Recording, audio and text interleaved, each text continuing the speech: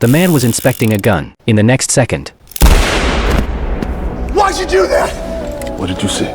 Yuri was startled, but he quickly regained his composure. Now you're gonna have to buy it. It's a used gun. How can I sell a used gun? A used gun. That's a good one. This was the quick thinking of the world's #1 arms dealer. Yuri calmly continued to introduce weapons to the Liberian president. After the deal was made, Yuri transported a large quantity of weapons to this war-torn country, letting death spread across the land.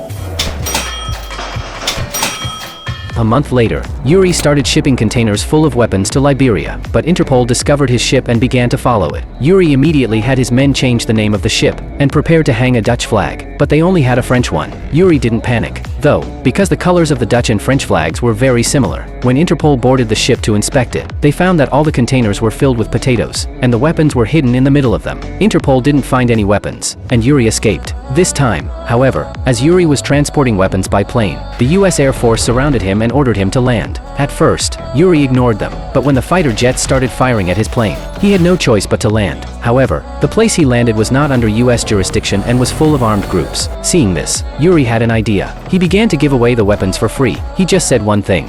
Free sample. Tell your friends. Happy times, come on. Help yourselves, no charge, everything goes.